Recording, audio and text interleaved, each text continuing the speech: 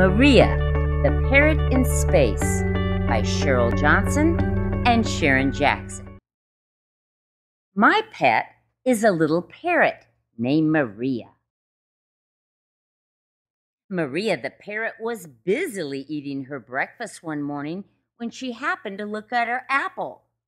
"What?" Maria was curious. "What you looking at?" I asked. "Oh, I see what you're looking at. You're looking at that star in the middle of your apple, aren't you? That star is all made out of apple seeds." "Star?" asked Maria. "You don't know what a star is?" I asked. "Oh, that's right, you're a bird. Birds go to sleep when the sun goes down and then wake up again when it rises. Except, of course, for night owls. Night owls stay up all night long. But Maria, you aren't an owl, so you've never been awake at night to see a star."